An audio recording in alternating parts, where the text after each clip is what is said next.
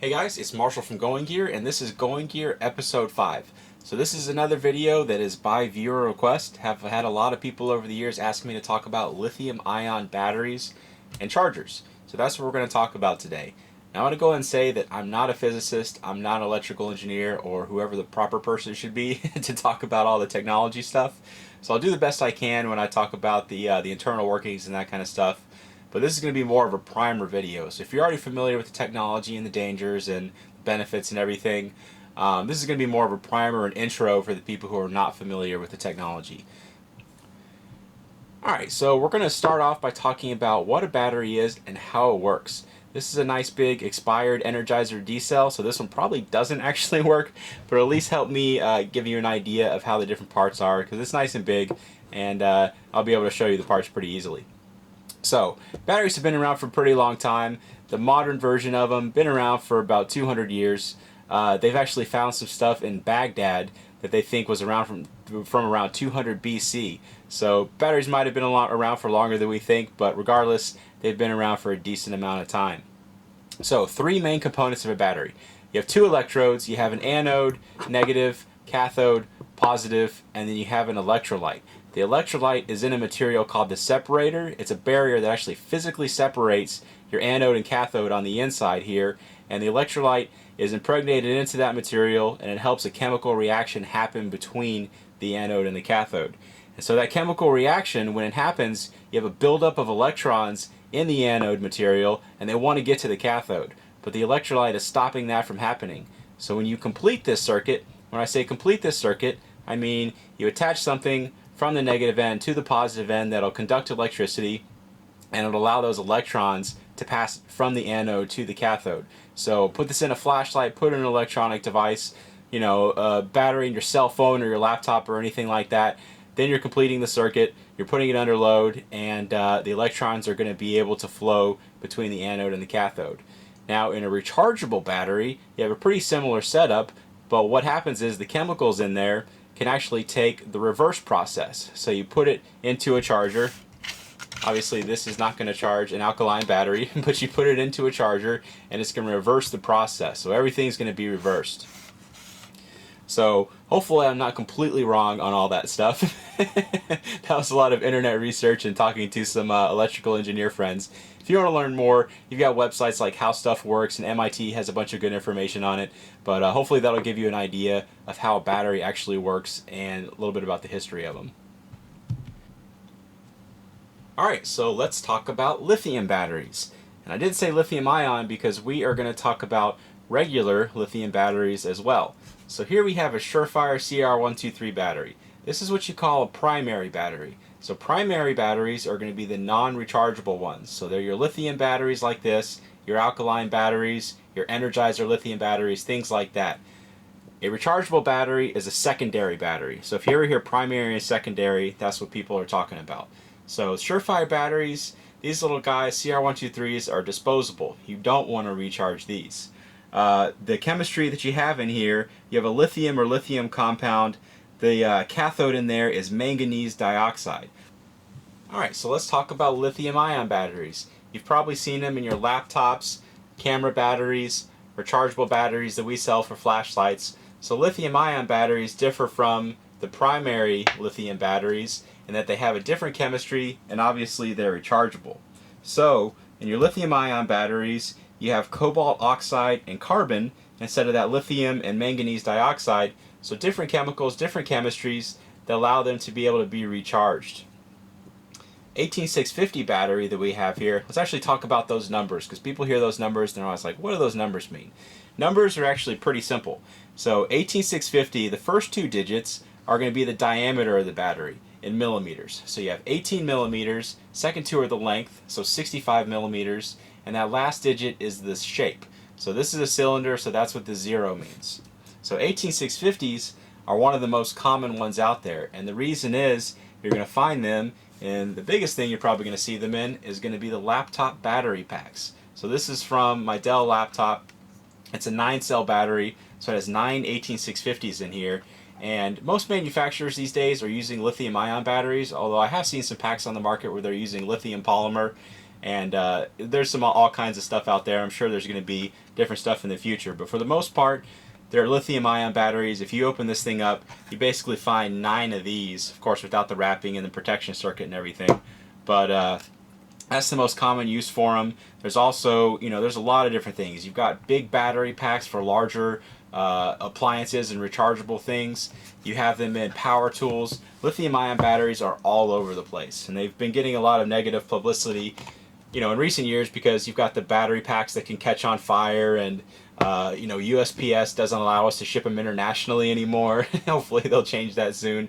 But all kinds of stuff, and there are some dangers with them, and we'll talk about that later. But so lithium-ion batteries are rechargeable. There are some different kinds of lithium rechargeable batteries out there. You have lithium polymer ones, which are kind of cool because you can actually make them in different shapes and sizes and everything. And there's different kinds of lithium-ion batteries, but for the most part, we're talking about the ones that are cobalt oxide and carbon. That's most of the ones that we're going to be talking about today. You also have these things called IMR batteries, which can deliver a really high current without protection circuits, which is pretty neat. But we're going to talk about the basic ones that have protection circuits. So let's talk about that protection circuit really quick. So there are some dangers with lithium-ion batteries, and again, we'll get to that later. But what the protection circuit does is it eliminates a lot of those dangers because it stops a lot of stuff from happening. Like this particular battery, it says the specs down here. What it does is, so lithium-ion battery, its nominal or regular or resting voltage is going to be 3.7 volts. You put it in a charger, and it's going to charge it up to 4.2 volts. Well, the protection circuit keeps it from going over that voltage. So say you have a busted charger or a crappy charger that's not stopping the current very well, it's not stopping the charging, the protection circuit will kick in and it'll make the battery basically stop functioning if it's trying to overcharge it. So if it gets past that 4.2 volts. And also over discharge protection, so when you have this battery in a flashlight or other device, if it goes below 2.7 volts, that circuit will kick in and stop it from being over discharged. So pretty cool. And you actually have short protection in here where it says, I can't read that, it's tiny, let me see. So 4 to 6 amps. So 4 to 6 amps, somewhere around there, is when it's going to kick in and stop providing power. So if you got some device that's trying to draw 10 amps out of this thing or something crazy, which some of the IMR and other batteries can provide, but most of the regular lithium ions can't, it's going to kick in and stop it from doing it so you don't ruin your device and you don't ruin your battery. So that's what a protection circuit does. Usually they're going to be on the bottom of the battery. A lot of times if you're wondering if a light's protected, if it's not marked, I think every lithium ion battery we sell is, but they're down on the bottom. You can kind of see this extra disc. We'll zoom in on that a little bit so you can see it better, but you have this extra disc down here on the bottom, so that's a protection circuit added by the manufacturer just to help it protect your devices and protect the battery and keep it from catching on fire and all that fun stuff. So let's talk about the dangers of lithium-ion batteries real quick. Pretty much the same dangers that you have with lithium batteries. So you've probably heard of the catching on fire and exploding battery packs and people with exploding flashlights and stuff like that. And generally that's pretty much only going to happen when you have 2 batteries. There are some issues that you can have with single batteries, but it's 2 or more batteries where you start running into issues. And what mostly happens, the best way I've heard it explained to me, is that say you have 2 batteries together, and of course never mix battery sizes or manufacturers or types or anything like that, but I don't have 2 of the same ones, so we're just going to use these for illustration. So we have this battery here, I pull it off the charger, it's completely fully charged. This one, which is the same thing in pretend land. So this one, I ran into my flashlight for a while. It has very, very little charge. So you put these in a device together. When this thing runs out of power and it runs out of juice, this battery is going to try to power the device and this battery at the same time. So it's going to put a whole lot of energy into this battery. But of course, that's not supposed to happen. And it happens very, very quickly. So that's when you have your laptop battery packs catch on fire and your flashlights explode and all that kind of stuff, because of course they're in a sealed metal tube. An explosion and venting flaming gas is not really something you want in a sealed metal tube. But that's generally what happens. It's not very common. I have had a couple customers say it's happened to them, but they're using off-market batteries or things that don't have protection. So definitely you want to get high quality batteries. Surefire ones are excellent. Any of the ones made in the US are excellent. All the ones I know of that are made in Japan are excellent. Some of the ones from China are kind of sketchy. So just buy from a respected manufacturer like your 47s or one of those kind of guys. EagleTac batteries, I really like them for lithium ion batteries. People always ask what I recommend for batteries, and for lithium ion batteries, these EagleTac 3100 milliamp hour 18650s, I love these. They're using Japanese Panasonic cells, really high quality stuff, deliver a lot of power, and they can provide, like it says, 4 to 6 amps, or that's when it cuts off. So they recommend it around 3 amps that it can provide, which is a pretty decent amount of amperage for an 18650 lithium ion battery. So I recommend these right here for now until something else better comes out. For the 16340s, so your CR123 size batteries, and your 14500s, the AA size batteries, there are a few different manufacturers that I like. X-Star, the ones that we stock, are pretty good. AW ones are pretty good. EagleTac ones are pretty good. And the Trustfire ones that we used to sell, and we'll probably start selling eventually, are inexpensive, but they were actually pretty solid. So those are the ones that I recommend. Alright, let's talk about your advantages and disadvantages of your primary batteries and your secondary batteries. So this is going to apply to a lot of the different battery types. So not just your lithiums and your lithium ions, it's going to apply to alkalines and nickel metal hydrides and all that different stuff for the most part. And keep in mind, these are my thoughts and opinions, so well, yeah, they're my thoughts and opinions, so take that into account when you hear this. So let's talk about lithium batteries real quick. First thing is the cost on them. I mean, these things can get kind of expensive, especially if you're talking about putting them in a Surefire flashlight. So until recently, they didn't have any rechargeable batteries that were compatible with most of their flashlights. You can't just drop an 18650 in there for a couple of reasons. So one of the big ones is the voltage. So you have two of these batteries together. We're talking about, of course, a 2-cell flashlight. It's going to apply to a 3-cell or 1-cell or any of the different the battery configurations. So two of these batteries together is 6 volts. You've got this guy right here, which is, again, the nominal voltage is a 3.7. Off the charger is going to be 4.2. 4.2 does not equal 6.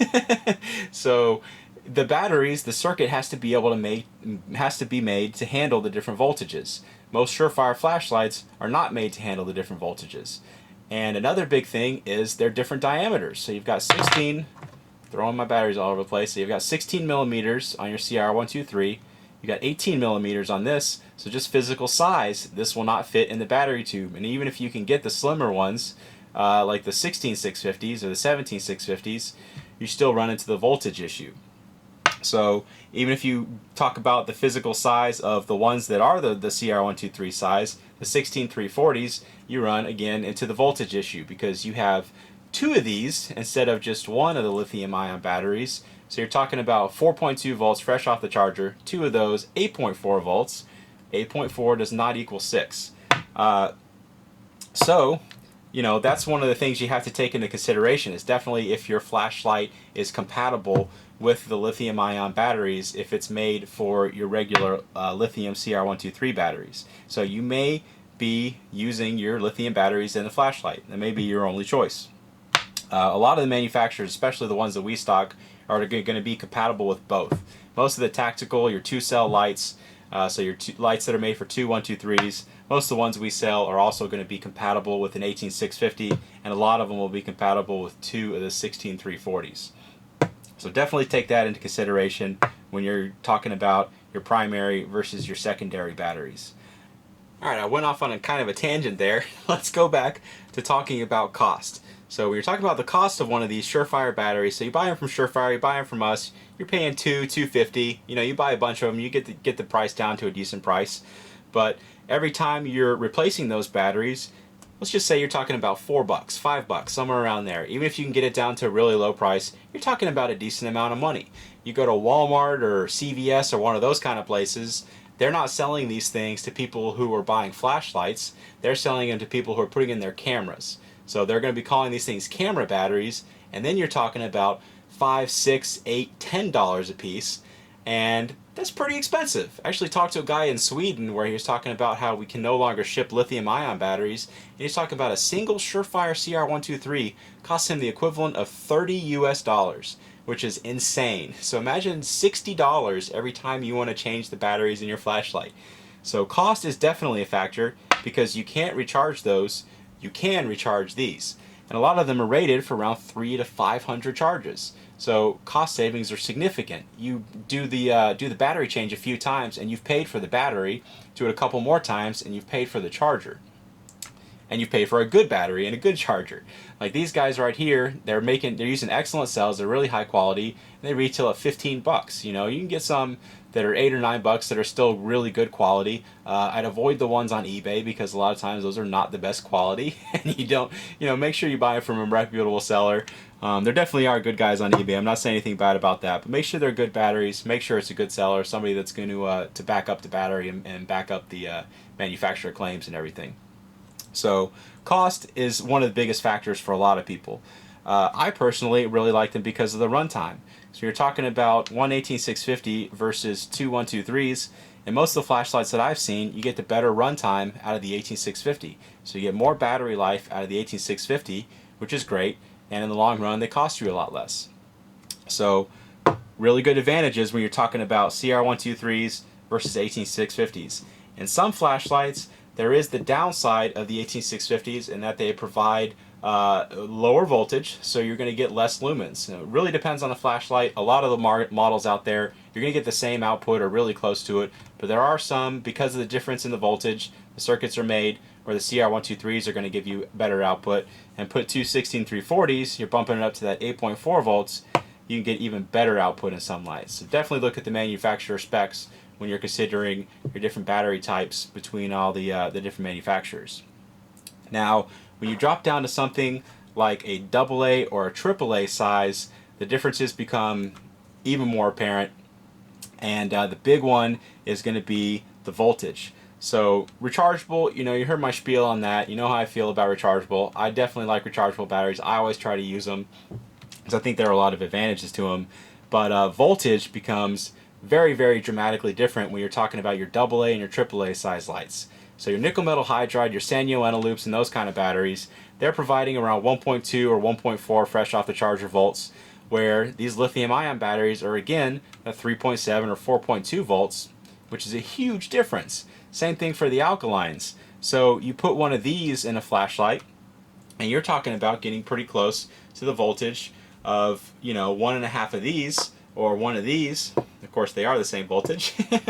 And you can get a lot more output. So little AA flashlights, they're going to be giving you, 120 lumens or 140 lumens. A lot of times you put a 14500 in there, and if it's using the new emitters like your Cree XML and stuff like that, you can talk about 500 lumens in the same flashlight. And you do see the same thing with the CR123s versus the 16340. That extra bump, if you're talking about a single cell from going to 3 volts to 4.2 volts, a lot of times will increase the output pretty dramatically. So that's definitely something to consider. Downside, they're going to heat up very quickly, because if you're talking about a single cell light, they're a lot smaller. You don't have a lot of the extra metal and heat sinking and materials that you get with the larger lights that'll take the 18650s. So they'll heat up very quickly. You have the possibility of damaging your light. You have the possibility of damaging the battery, and of course damaging yourself if it gets too hot. You don't want to have some runaway chemical reaction and have a little explosion on your hands. But again, that's extremely rare. Get protected cells, and these are actually made to vent gas, so that's definitely not something that's common, but it is a possibility. But yeah, so that's a consideration for the smaller lights. You get that extra output. Runtime a lot of times isn't all that great because you do have the increased output. You're drawing more energy out of these things. And then the heat can get pretty hot pretty quickly. I mean, like I have a little flashlight that's putting out 500 lumens in a size that's barely bigger than this, and you pretty much burn your hands after 15-20 seconds. You don't quite burn them, but it gets uncomfortably hot. So those are some considerations when you're talking about your lithium ion batteries. And again, that's going to apply to the alkalines and the nickel metal hydride and stuff like that. Just take into consideration the cost, the voltage, and all that different stuff. One other thing you should definitely consider when deciding between primaries and secondaries is the shelf life. So with your standard high quality CR123 batteries, lithium batteries, you're talking about a 10-year shelf life versus 18650s. Most manufacturers will recommend that you recharge them every 6 months or so. And you can do that for most of them 300 or 500 times, so quite a few times, but you want to top them off every 6 months. I've had ones that I haven't recharged for that long and they were just fine, But for best performance, you definitely want to recharge them every 6 months, because if they get below that 2.7 volt voltage where the protection circuit kicks in, a lot of times you can't recharge them, so that's definitely a consideration. So think about shelf life. You know, if you're talking about something that you're throwing in your truck or in your go bag or something like that, where you may not be using it a lot, lithium batteries are great for that. The primaries are great for that because they last forever. You know, they're not losing their charge if the flashlight's not drawing any power. But the rechargeables are losing a little bit of their charge over time, especially compared to your lithium primary. So take that into consideration as well. Alright, we're going to talk about chargers, but one other quick thing is a big reason. I've said this in a lot of my videos, and the lights that'll take the alkaline versus the nickel metal hydride or the lithium ion batteries, I always recommend that you stay away from alkaline batteries, and the reason is alkaline batteries can leak. And it's not can, it's more like when. Especially with the ones that take a lot of batteries that are taking 6 or 8 AA batteries. A lot of those flashlights are constantly drawing power out of the things because they have electronic switches and all these different components on the inside, and a lot of alkaline batteries aren't meant to supply as much power as they're drawing out. So you have a pretty decent possibility of them leaking. No manufacturer is going to cover batteries that leaked in your flashlight, because they all recommend that you use nickel metal hydride, and they say if leaks happen then it's your fault because they're your batteries. So you don't want to ruin your $100, even $50 or $40 flashlight by using the alkalines that leak in there, because they can actually fuse to the inside of the battery tube, and your battery will be fused to the inside and you can't get it out. I've actually had that happen a couple times to customers, and I've tried using my drill press and drill it out of there, and all it does is create a huge mess. You ruin the flashlight, it gets all in the circuit and everything.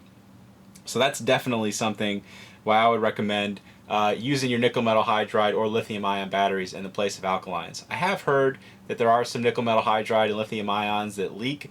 I heard that from a couple people. I've never personally experienced that, and I couldn't get many people to back that up or show me any evidence, but I've heard that it can happen, so I'm going to throw that out there. But it's definitely much more likely with an alkaline battery. It's very common. I'm sure everybody's had an old radio or flashlight or something like that, where they open it up and you have that crystallized chemical gunk on the inside. You don't want that to happen in your expensive flashlight. Alright, so let's talk about lithium ion chargers. So we have 4 different chargers here. These are 4 different ones that we sell. And we'll talk about the basic one first. So this is a Claris dual bay charger. Super basic. So you have the power cord that goes in the top there. 2 spring-loaded bays. I always recommend people get one with spring-loaded bays. And the cool thing about that is that it'll take different battery sizes. So this will take down to your 16340s or your CR123 size lithium ion batteries, all the way up to your 18650s, because it has those spring-loaded bays. And since they're all the same voltage, you can charge them all in this thing. One consideration is you definitely want to pay attention to how small the batteries are. So for your tiny ones, like your 10440s, which are the AAA sized ones, and your CR2 sized ones, a lot of those can't handle the milliamps that these things are putting out. So definitely take a look and see if the battery is compatible with the charger before you throw a lithium ion battery, especially the small ones, into the charger. So real basic one, throw the batteries in there, has a couple LED indicators, and it charges it. And again, the way a charger works is it reverses that whole reaction between the anode and the cathode. So a couple other chargers that we have here, the X-Star one, this one's pretty cool. I like this one a lot. It has those spring-loaded bays, so you can use a lot of different sizes, and you can add in these connector pieces that allow you to use all kinds of different sizes. You got your adapter, but this one actually has an output as well, so you can have batteries in here, and you can use this as a battery pack where you can charge things, which is pretty neat. And you have this switch over here where you can adjust the amperage that it's putting out, so you can do 1 amp, half an amp, or 0, which is going to be nothing. For, like I'm talking about, for those smaller batteries, so it's definitely safer to charge the smaller batteries at the lower rate, and it's overall better for your batteries. From what a lot of my electrical engineer friends have told me, if you charge them at the lower rate, you usually get a longer life. But if speed is a factor, and you don't really care about ruining your battery, I don't want to say ruining, it's not going to do it immediately. I usually charge at 1 amp because I like them to be done quickly. But, you know, I still get a couple hundred charges out of the batteries, definitely. So that's the X-Star one. It's pretty cool because it has that output. So 47's one is pretty neat. Has a bunch of different accessories. So this one comes with a car charger and everything, so you can attach a car charger to it. But you can also, like the X-Star, you can adjust between the 1/2 amp and the 1 amp charging, but you can actually adjust the voltage as well. So this one will go between 3.6 volts and 4.2 volts. So there's some different lithium rechargeable battery chemistries out there that have the 3.6 volt charging rate, and you can switch it to that. So that's pretty neat, and it is spring loaded. And this is the big one that's meant to charge the 26650, which is that massive, almost D-cell sized lithium ion battery. So that's why the bay in this one is so big. All right, so let's talk about stuff that I recommend. Again, so this is the Nitecore i4 IntelliCharger. This is actually my personal charger. I actually own 4 of these because I go through a lot of batteries. For the flashlight reviews and my 9-month-old, you know, she has her 15 million different electronic things that we have for her. So I go through a lot of batteries. I charge a lot of batteries, and these are the ones that I use. I really like this one because these will charge lithium ion batteries, and you can adjust some stuff on them. They have some pretty cool features. This one you can't adjust because the charger does everything automatically. It'll actually charge nickel metal hydride, so your 1.2 volt batteries. It'll charge NiCads, and it'll charge your lithium ion batteries. You just stick the batteries in, and it'll actually determine the type of battery that's in there, how it needs to charge it, and it'll start charging it. And you can do 4 different kinds of batteries at once. I actually have a review video on this if you want to see it a little bit more in depth. But it's really neat because you can put a couple of nickel metal hydrides in there, a couple lithium ions of different size, and it'll charge them all at once. It'll charge them separately and charge them really safely. So really cool charger. This is the one that I personally use. It's the Nitecore i4 IntelliCharger, and it has, you know, your regular power port that it comes with, that cord, and then you can also get an optional car charger. So this is the one that I recommend. 18650s. I'm dropping batteries all over the place again. The EagleTac 3100 milliamp hour 18650s are the ones that I recommend. For the 14500s, the 16340s, and all that other stuff, you know, just buy from a reputable manufacturer, somebody that at least makes good flashlights. Chances are they make good batteries as well. So AW ones are good, EagleTac are good, X-Star is good. Any of the ones we sell, we use personally and haven't had any problems with, so we definitely recommend any of those. Okay, so that's everything I can think of about lithium-ion batteries.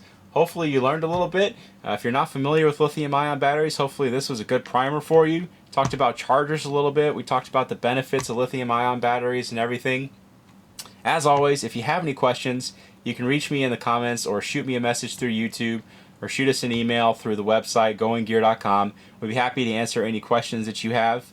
If you liked the video, be sure to subscribe. I said I was going to do these once a week. Obviously, I haven't been doing that. But I'm definitely going to keep on doing the Going Gear episodes. I'm going to keep on releasing them. Actually, I already have a couple other ones recorded, but I wanted to get this one out first. So I'm going to keep on doing these videos. So subscribe if you want to see those. And as always, in pretty much all our videos, you can buy most of the stuff. Definitely all the chargers and lithium-ion batteries and everything, other than the laptop batteries. We don't sell laptops yet. But you can buy all this stuff at goinggear.com. Thanks for watching.